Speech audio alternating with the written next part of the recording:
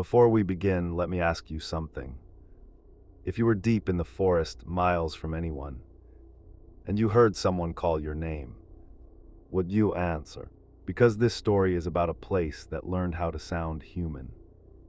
I once had a close friend who worked as a forest ranger here in the United States. Let's call him Ethan. One evening, a group of us were sitting together, talking casually. Someone joked about how creepy forests can be at night and asked Ethan, "Don't you ever get scared out there, all alone?" Ethan smiled at first. Then he went quiet, and after a long pause, he said something I've never forgotten. "There's one assignment they don't warn you about. Deep inside a protected forest reserve, far from roads or towns, there's a monitoring post used to detect wildfires. It's not marked on public maps. Tourists don't know it exists. Every ranger is sent there once in their career. Just once. The assignment lasts a full month. No visitors, no supply runs, no easy way out. You bring everything you'll need, and hope nothing goes wrong." When Ethan received the assignment, he was paired with another ranger named Mark. They hiked for hours through thick forest. The trees grew closer together the deeper they went, blocking out most of the sunlight. Even the air felt heavier there. By the time they reached the post, the previous rangers were already packing up. And something about them felt off. They looked exhausted, pale, almost relieved.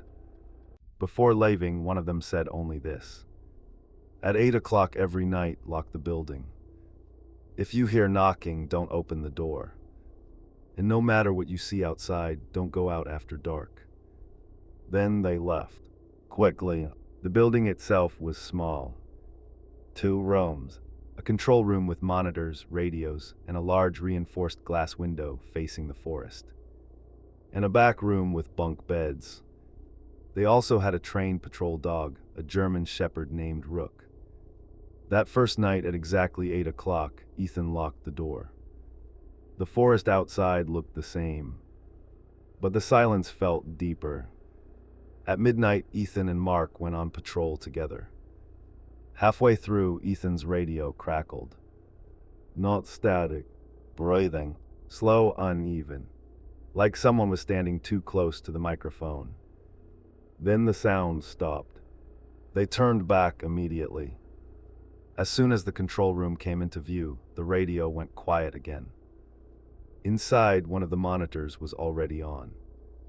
They hadn't turned it on. Rook started barking uncontrollably, running to the bathroom, snapping at the ventilation duct, then rushing outside toward the trees. The leaves moved, as if something had just stepped away. Days passed. Nothing happened, and that's when they made the mistake of relaxing. They started taking night patrols separately. One night, Ethan was alone in the control room, watching the cameras, when he noticed something behind Mark on one of the feeds.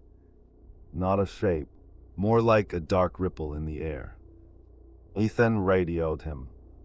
"Turn around." Mark did. There was nothing there. Then Rook began barking. The camera jolted violently, and over the radio, Mark screamed. Ethan found him unconscious on the forest floor, alive but unresponsive. As Ethan dragged him back, the speakers inside the control room turned on by themselves. A voice tried to speak. It couldn't quite form words. Then old music started playing. A soft love song from decades ago. Rain began to fall. Mark never remembered what happened, and the camera footage showed nothing at all. After that, the cameras began showing things. Only parts of them. Long legs standing just outside the glass. Figures that never showed their faces. A crying little girl near the trees, whose sobs slowly turned into screaming. Her eyes went black, and the screen went dark. Ethan realized then, whatever lived in that forest knew how to imitate people. Near the end of the assignment, a missing couple was reported.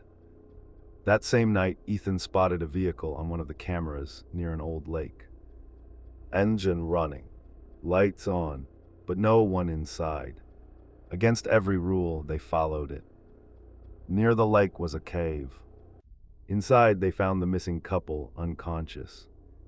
And something else. Shapes that moved quietly. That breathed wrong. That sniffed the air like animals trying to remember what humans were. When the things realized they'd been seen, they disappeared into the forest. The couple survived. They remembered nothing. Ethan and Mark were praised for their work. The post was reassigned. It always is. When Ethan finished telling us the story, none of us spoke for a long time. Finally, someone asked, "So what was it?" Ethan looked at us and said, "That forest learned how to ask for help."